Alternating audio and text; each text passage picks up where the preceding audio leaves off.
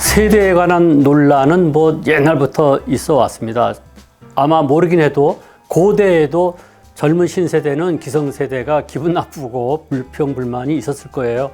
반대로 기성세대가 봤을 때 젊은 사람들은 왜 이 모양이냐 하고 불평하고 불만했을 겁니다.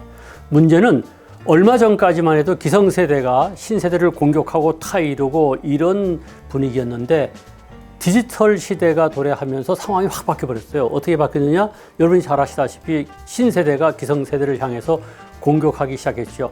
그 공격하는 단어가 바로 꼰대 아닙니까? 꼰대 얼마나 요즘 많이 사용합니까? 심지어는 모 일간지에서 2020년 새해 들어오면서 청춘 꼰대를 말하다 해가지고 아마 특집 시리즈로 낼 모양이에요. 이렇게 되면 이제 꼰대들, 기성세대는 그야말로 수세에 몰리는데 이 공세가 바뀌었다는 것이 세대론의 하나의 특징이죠. 그런데 얼핏 생각해보면 이런 세대론의 순기능도 있지만 포퓰리즘적인, 즉 대중영합적인 분위기가 너무 강하다는 것이죠. 젊은 사람들이 구미에 맞춰가지고 세대론 하게 되는데 이런 분위기는 결코 바람직하지 않기 때문에 제가 이번에 새로운 세대론을 구상하게 된 겁니다. 예, 이번에 제가 이제 회사는 유치원이 아니다. 바로 이 작품을 썼습니다. 저의 54번째 책인데 솔직히 말해서 자기 책 홍보 다 한다고 생각하실지 모르지만 제가 그동안에 썼던 50몇 권의 책 중에서 이 책은 정말로 저 나름대로 심혈을 기울여서 쓴 책입니다. 그리고 상당한 그 생각을 해가지고 썼는데 왜 하필이면 회사는 유치원이 아니다. 이런 도발적인 제목을 썼느냐. 한번 생각해 보세요. 세대론 가지고 우리가 꼰대다, 기성세대다, 신세대다 하지만 일반 사회에서의 세대는 10대부터 90대까지 80년의 간격이 벌어집니다. 때로는 10대에서 100세까지, 요즘 100세 시대라고 하잖아요. 90년의 간격이 벌어지면 3세대, 30년씩 따져도 3세대의 차이가 납니다. 그러나 여러분, 한번 직장을 생각해 보세요. 20대에 들어가서 50대면 나옵니다. 그러니까 10대와 100세, 90대가 아니라 20대와 50대이기 때문에 30년 딱 한 세대밖에 차이가 안 납니다. 그런데 자꾸만 그 시대적인 그 사회 또는 그 법적인 또는 정치적인 이런 세대론을 가지고 그걸 회사에다가 적용하려고 하니까 이건 아니다. 우리 여기 휩쓸리지 말자. 그래서 제가 이번에 새로운 세대론으로서 회사는 유치원이 아니다. 그리고 여기다 위에다가 꼰대 일격, 물론 사랑의 일격입니다만은 이렇게 해야만이 우리 신세대에게 도움이 되겠다는 차원에서 쓴 책입니다.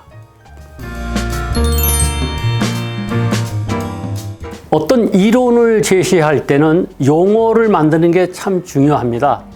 그런데 꼰대라고 해서 이제 신세대들이 구세대를 공격하지 않습니까? 그런데 그 꼰대 프레임에 딱 갇혀가지고 요즘은 기성세대가 무슨 말을 못한다는 것이죠. 어떻게 지시하고 조금만 이 말을 중언부언하면 금방 말이죠. 농담이지만 뼈가 있게 그러시면은 꼰대예요. 그런다는 거예요.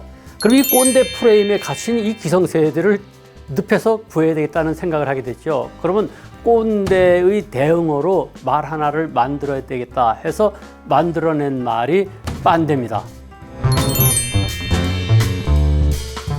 세대 문제를 다루는 많은 분들이 어떤 해법을 내놓느냐면은 서로 이해하라는 해법을 내놓습니다. 물론 일리가 있습니다. 기성세대는 신세대를 이해하고 또 신세대는 기성세대를 이해해야 된다는 것이죠. 그래서 이해함으로써 서로 포용하고 그래서 갈등이 해소된다는 겁니다.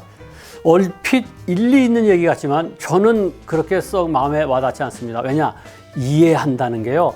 이해가 되십니까? 화성에서 온 것 같은 신세대와 금성에서 온 것 같은 기성세대, 자라난 환경이 다르고 태어난 시대가 다르고 그리고 그 배운 것이 다른데 이해가 될 것 같습니까? 그렇지 않습니다. 그래서 저는 이해하려고 노력하다 보니까 자꾸만 일이 꼬여요. 그러지 마시고 이해하지 말고 존중하라고 하는 말씀을 드리고 싶습니다. 오래된 영화인데 제가 최근에 다시 TV에 나왔길래 그 영화를 보고 아 맞다 하고 감명 깊게 본 영화가 있습니다. 여러분도 아실 텐데 흐르는 강물처럼이라고 하는 영화죠.